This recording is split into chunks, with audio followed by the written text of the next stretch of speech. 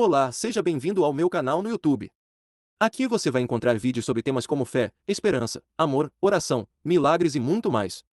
Eu sou um apaixonado pela palavra de Jeová e quero compartilhar com vocês reflexões, experiências e aprendizados. Meu objetivo é inspirar você a viver uma vida mais plena, feliz e conectada com o Criador. Espero que você goste do meu conteúdo e que ele possa te ajudar a crescer espiritualmente. Não se esqueça de se inscrever no canal, deixar o seu like e comentar o que achou dos vídeos. Que Jeová te abençoe. O que você lembra quando alguém fala a palavra inferno? O que vem à sua mente? Talvez, para muitas pessoas, seja algo parecido com esta primeira imagem. Vamos ver?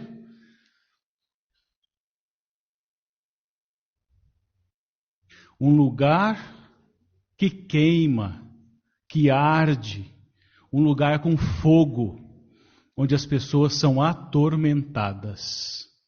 De fato, é assim que muitas pessoas pensam quando falamos do inferno. E muitas religiões ensinam isso, que o inferno é habitado por demônios, onde pessoas iníquas são punidas após a morte. E por isso muitas pessoas cresceram com pavor de ouvir essa palavra. Começam a temer, inferno. Morrem de medo, porque é justamente essa a intenção, causar medo, né? Olha que cena. Como isso pode trazer outro sentimento, senão medo. Tanto é que, olha, 3 relatos interessantes. Um homem disse assim, olha, sempre aprendi que todos os bons vão para o céu, mas que os maus vão para o inferno, um lugar de tormento ardente. Eu não conseguia entender. Se Deus queria que humanos vivessem no céu, por que Ele não os colocou ali desde o começo? Sempre tive medo do inferno. E muitas vezes me perguntava, por que temos de morrer? Interessante, né?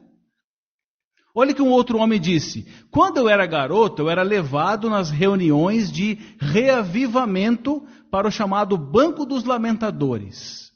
Era para eu ficar cheio de Espírito Santo, e diziam que se eu confessasse meus pecados, guardasse os 10 mandamentos e fosse bonzinho, eu iria para o céu quando morresse.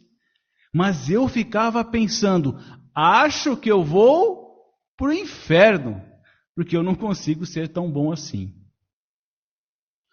Olha o comentário de uma mulher muito religiosa. Devido ao fato do meu falecido pai ter sido alcoólatra, ficava me perguntando, será que meu pai foi para o inferno ou para o céu? Eu tinha muito medo dos mortos e da ideia do inferno.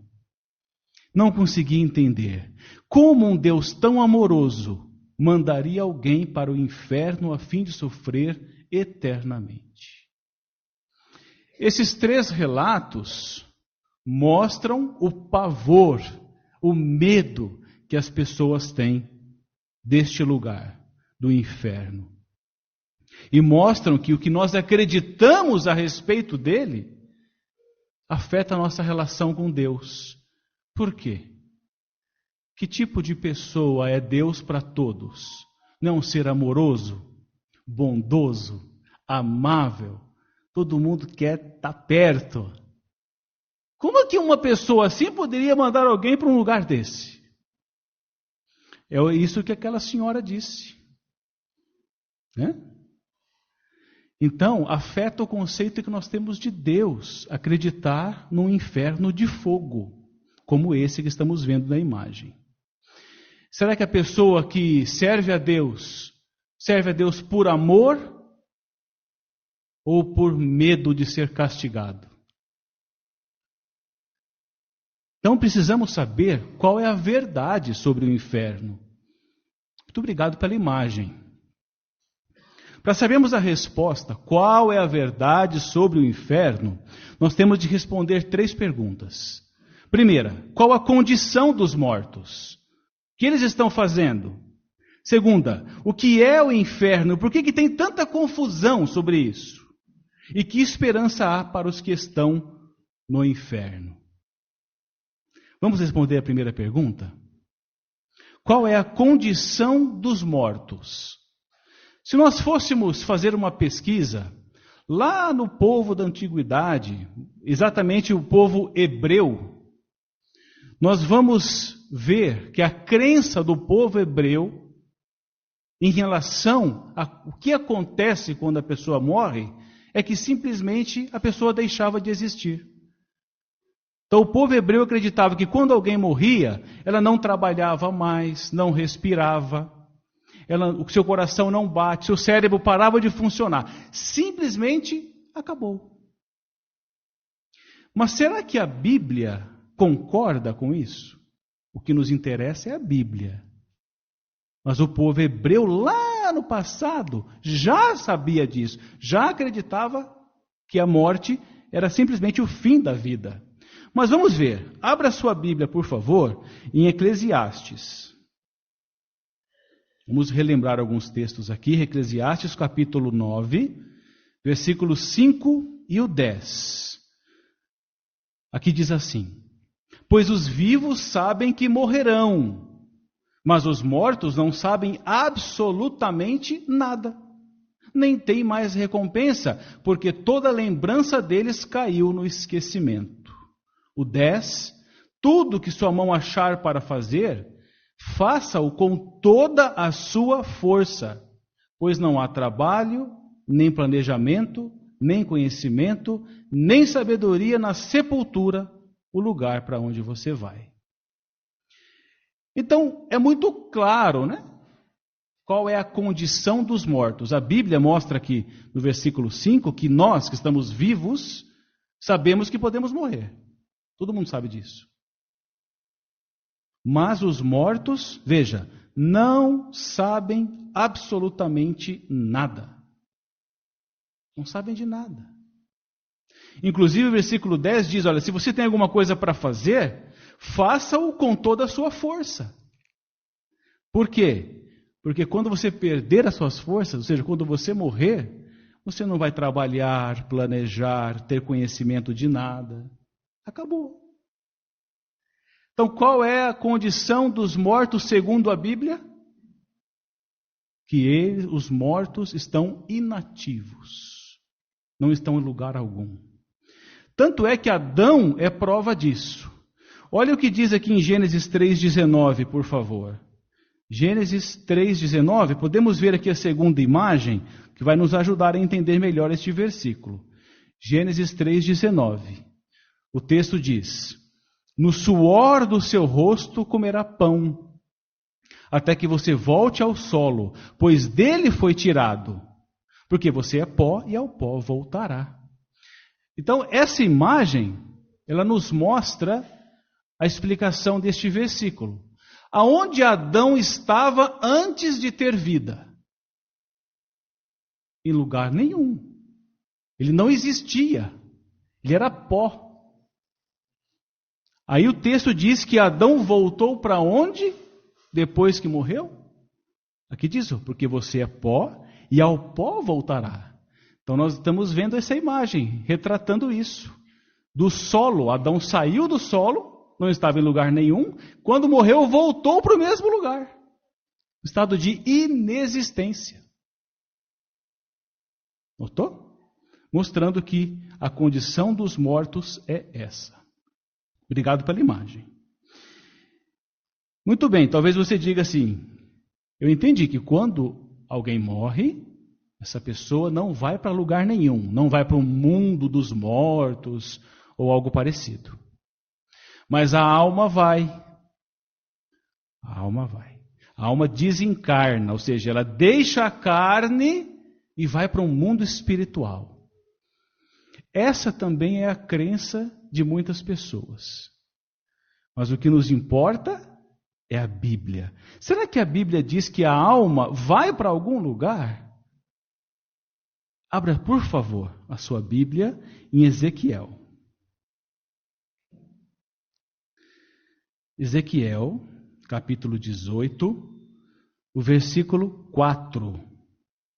Aqui diz assim: pois todas as almas pertencem a mim, tanto a alma do Pai como a alma do Filho pertencem a mim. A alma que pecar é a que morrerá. Então aqui está bem claro, dizendo que a alma que pecar é que morrerá. Quem é que peca? Não é a própria pessoa? Não sou eu que peco? Então a alma aqui mostra que eu, a pessoa, e ela, a alma, não são coisas distintas. Não são coisas separadas ou diferentes. Significa a mesma coisa. Tanto é que se você clicar nas notas, aí, depois da palavra alma, você vai ver que significa pessoa, significa vida. Então é uma coisa só. A alma que pecar, ou a pessoa que pecar, ela morrerá sim. Interessante como 1 Pedro 3,20 descreve isso também para nos ajudar a entender melhor. Abra, por favor, 1 Pedro 3, o versículo 20. Esta passagem aqui volta lá para os dias de Noé, falando daquelas pessoas desobedientes e de quantas pessoas se salvaram na arca. Lá diz assim, olha, 1 Pedro 3,20, que tinham sido desobedientes quando Deus esperava pacientemente nos dias de Noé, enquanto se construía a arca, na qual poucas pessoas, isto é, 8, foram levadas a salvo através da água. Então aqui fala 8 pessoas. Clica aí na nota, esse quadradinho, depois da palavra 8. O que aparece? 8 almas. Então não tem diferença. Alma, pessoa, vida, tudo tem o mesmo significado. Por isso, a alma morre sim. Então respondemos a primeira pergunta, né? Qual é a condição dos mortos? Agora, a segunda diz, o que é o inferno? Por que há tanta confusão sobre ele? Para saber o que é o inferno, temos que saber a tradução da palavra inferno. Em muitas traduções da Bíblia, inferno é usado para traduzir a palavra que vem do hebraico Seol e do grego Hades. Então, se descobrirmos o significado de Seol e Hades, vamos saber o que é o inferno. A nossa Bíblia tem uma ferramenta espetacular, chamada glossário. Você já baixou o glossário da sua Bíblia? Se você já tem baixado, você pode clicar aí na Bíblia, no seu aplicativo, vai lá na lupa, lá em cima, e digita assim, ó, Seol, S-E-O-L. Aí vai aparecer Seol glossário. Clica nele, ou se você tiver com a Bíblia impressa, na página 1777. Olha o significado da palavra Seol aqui, segundo o glossário. Diz assim, palavra hebraica correspondente à palavra grega Hades. É traduzida sepultura, com inicial maiúscula, para mostrar que se trata da sepultura comum da humanidade e não de um túmulo individual. Então, se Seol e Hades traduzem a palavra inferno, e vimos que Seol e Hades aqui significa sepultura. Então, o que é o inferno que a Bíblia ensina? Sepultura. Não é aquele inferno que a gente viu na gravura, de fogo. O inferno bíblico é a sepultura comum da humanidade. Interessante que o próprio Jó pediu para ir para o inferno. Lembra quando Jó passou aquela situação terrível na vida dele? Perdeu os filhos, perdeu sua casa, perdeu os animais, ficou doente ali. Olha só as palavras de Jó, em Jó 14, 13. Veja o que ele disse, Jó 14, 13. Diz assim, quem dera, ele estava falando com Jeová, né? Olha, quem dera me escondesses na sepultura, ou no inferno, que me ocultasses até a tua ira passar, que estabelecesses um tempo e então te lembrasses de mim. Jó queria ir para o inferno, para a sepultura. Por quê? Porque ele sabia que ele ia descansar. Ele não estava aguentando mais, estava cansado. Quando alguém passa muito tempo no hospital, agonizando e falece, o que a gente fala? Descansou, coitado. Não é? É isso que Jó queria. Queria descansar. Estava muito difícil para ele. Você acha que se ele soubesse que ele iria para um lugar que tem fogo, que tem tormento, ele iria pedir para ir para lá? Jamais. Ele queria sossego, não queria tormento. Então, isso é uma prova que o inferno bíblico é a sepultura comum da humanidade. Tanto os bons quanto os maus vão para lá. Então Jesus foi para o inferno quando morreu?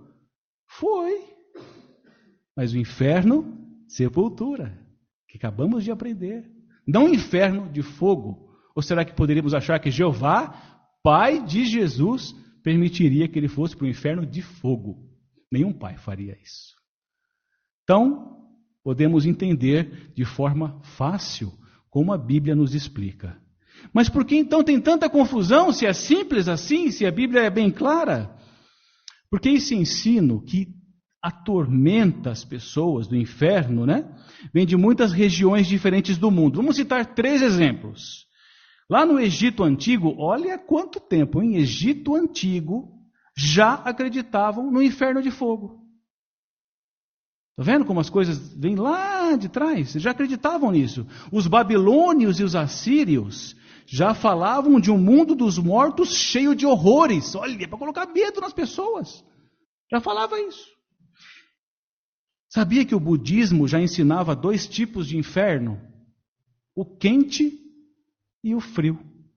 Se não bastasse a pessoa sofrer num calor ardente, ele poderia sofrer num frio congelante. Olha, quanta confusão isso faz na mente das pessoas. Percebe? Mas espera aí, será que a Bíblia não fala de um lugar que queima, que arde? Não sei não, hein?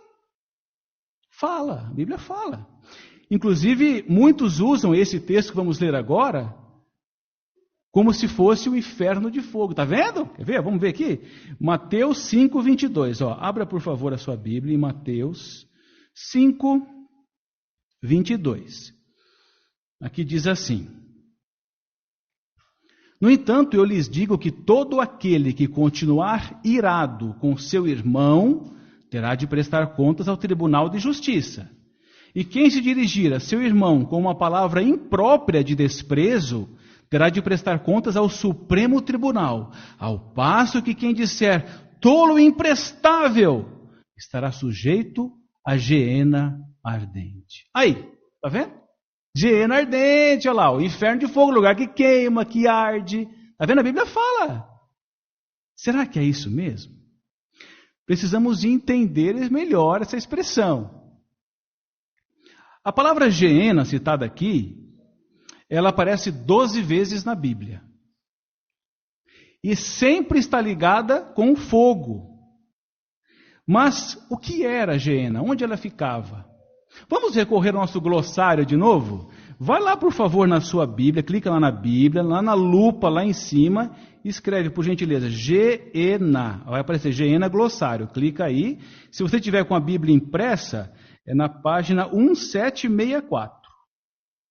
Vamos ver o que o glossário fala ou explica sobre a geena, Que diz assim, olha: nome grego do vale de Inom, que ficava ao sul e ao sudoeste da antiga Jerusalém. Foi profeticamente mencionada como um lugar onde cadáveres seriam jogados. Não há evidência de que animais ou humanos fossem jogados na geena para serem queimados vivos ou atormentados. Não há evidência. Assim, ela não pode simbolizar um lugar invisível onde almas humanas são atormentadas eternamente no fogo literal. Em vez disso, a geena foi usada por Jesus e seus discípulos para simbolizar a punição da segunda morte, ou seja, a destruição eterna, o aniquilamento. Vamos ver essa próxima gravura, vai nos ajudar a entender melhor aqui. Muito bem. Então, do que se trata essa gravura? Do Vale de Inom, citado aqui, ou Geena, que é o nome grego. Está vendo ali as muralhas de Jerusalém? Ficava fora das muralhas de Jerusalém. Sempre tinha fogo ali. Por quê? Consegue ver um homenzinho lá em cima com um balde jogando alguma coisa? É lixo. Então, sempre tinha fogo porque sempre estava sendo consumido algo. Mas será que significa inferno de fogo, como alguns acreditam? Não. Vimos a explicação. Porque qual é a ideia do inferno de fogo? Pessoas más serem atormentadas eternamente lá. Mas para ser atormentada, ela tem que estar viva.